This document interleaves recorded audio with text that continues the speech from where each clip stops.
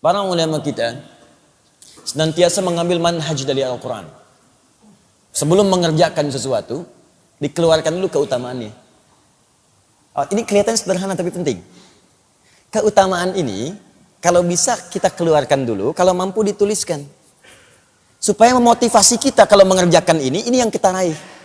Itu minimal kalau sedang malas-malas, ketika melihat itu lagi, itu muncul lagi motivasi yang kuat.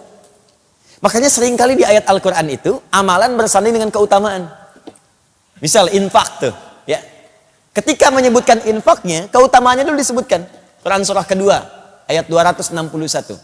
Matalul ladzina yunfiquna amwalahum fi sabilillah kamathali habbatin ambatat sab'a sanabil fi kulli sumbulatin mi'atu habbah wallahu yudha'ifu liman yasha wallahu wasi'un 'alim. Perumpamaan orang yang infak di jalan Allah Subhanahu wa taala. Perhatikan baik-baik, seperti orang yang menanam satu benih. Dari benih itu satu nih, dihitungnya satu dulu. Jadi kalaupun ada 1 rupiah Anda berikan, itu hitungannya bukan 1. Ambatat sab'a sanabil. Dari 1 ini tumbuh 7. Fi kulli sumbulatin mi'atu habba. Setiap 7-nya ada 100 benih baru. 1 kali 7 kali 100, 700 nilainya. 700 nilainya. Dan itu pun batas minimal, bukan batas maksimal. Karena ayatnya belum selesai, sering dipotong sampai sini, belum selesai. Wallahu yudha'ifu liman yasha. Dan Allah akan melipat gandakan tanpa batasan bagi siapa yang dikehendakinya. Kata sebagian pakar tafsir, maksud yang ayat terakhir ini adalah orang yang tak pernah berhitung, maka Allah akan berikan tanpa hitungan. Tapi kalau dia ngitung, ya sesuai hitungan itu diberikan. Infak misalnya, 1 juta masukin. Sampai kotak infak tuh gak geser-geser. Tuh, 2, 3 juta. Tapi dihitung sama dia. Alhamdulillah, kali 700, punya catatan sendiri. 7 juta. Walaupun gak dia upload, punya catatan, Allah kasih. Begitu dia dioper 1 lagi, Masya Allah, ingin seperti yang 1 juta itu. Tapi gak ada. Cuman dia gak pernah berhitung. Tapi keikhlasannya sangat dalam. Yang dia punya cuma 500 rupiah. Itu pun logam. Dia masukkan dengan hati-hati, supaya bunyinya pun gak kedengaran orang lain. Sampai masuk tuh lembut sekali. Kayak landingnya itu soft gitu. Bagus. Dan dia gak pernah berhitung, gak pengen orang tahu. Itu lipat gandanya. Yudha'ifu liman yasha. Dilipat gandakan oleh Allah tanpa batasan. Bisa jadi dia masukkan 500, lipat gandanya bisa 1 juta, 1 miliar, 1 triliun dan sebagainya. Allah Ta'ala adam. Nah kenapa dimasukkan itu? Banyak nanti keutamaan istighfar. Rajin istighfar bisa dapat surga seluas langit dan bumi. Quran surah ketiga 133. Wasari'u ila maghfiratin min rabbikum wa jannatin arduhas samawati wal ardh u'iddat lil muttaqin. Disusul lagi dengan amalan lain. Ayo bergegas kamu istighfar dan berharap dengan amalan-amalan itu bisa mendapatkan surga seluas langit dan bumi. Disediakan bagi orang takwa.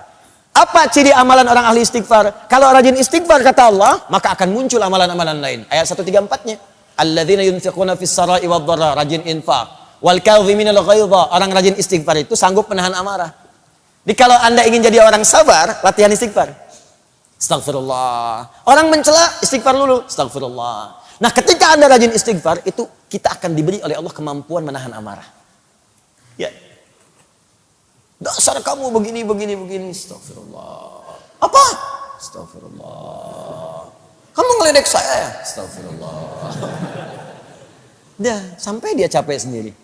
Sudah mas, kalau sudah saya pamit dulu. Pergi aja sana. Astagfirullah. Wala'afina anin nas. Dan dia bisa pandai memaafkan orang. Jadi yang indah tuh begini. Hati dia ditutup oleh Allah dari persoalan. Sudah selesai. Jadi dia tuh gak mikirin masalah lagi. Tapi orang yang tidak pernah minta maaf kepadanya jadi gelisah terus. Terus gak pernah selesai. Dan ketika Anda bisa melakukan itu kata Allah, hati orang lapang yang sering ingat dengan Allah, dia lapang menerima persoalan, maka tempat pulangnya akan dilapangkan oleh Allah lebih daripada seluas lapangan, seluas langit dan bumi. Anda punya rumah sekomplek Jaka Permai, kerasa luas. Nanti saat ke surga seluas langit dan bumi. Silahkan maraton, boleh, koprol. Saya pengen tahu di mana ujungnya. Enak gitu. Nah pertanyaannya kenapa sering disandingkan tuh antara amalan dengan keutamaan, supaya kita itu punya motivasi. Pengen dapat ini, tahajud ada 4 kemuliaan. Jadi kalau kita tuliskan, karir akan diangkat, pekerjaan akan dibimbing, Masalah diberi solusi. Kalau diganggu langsung Allah tolong. Quran surah ke-17 ayat ke-79 sampai 81.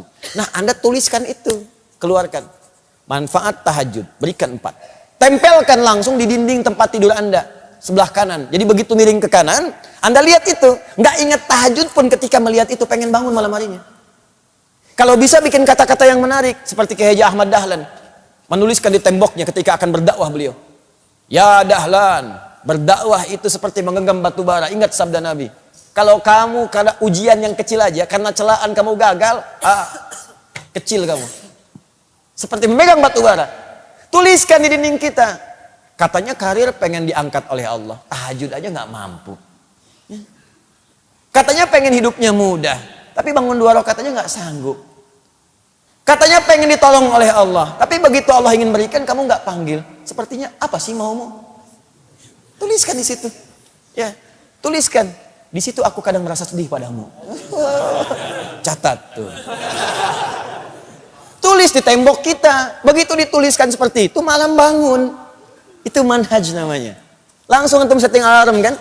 Bangunnya bismillah jam 3, bangun. Alarm 2:04, 2:30, 2:45.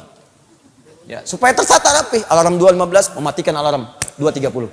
Alarm 2:30 matikan alarm 2:45. 15 menit kan ada persiapan. Jangan dikira orang bangun tuh langsung sadar, kan duduk dulu. Duduk, ngantuk, begini dulu kan, tahan-tahan. Ya, begitu sadar jam 6. Awal-awal begitu, lama-lama makin cinta, nanti bangun lebih awal lagi. Nah, ini keutamaan dimunculkan, makanya jangan heran para ulama kita itu sebelum menampilkan isinya, tampilkan keutamaannya dulu. Apa keutamaan menuntut ilmu? Supaya nanti kalau sedang malas-malas, maaf ya, kalau ada tantangan pekerjaan lain, kita bisa prioritaskan, tuliskan.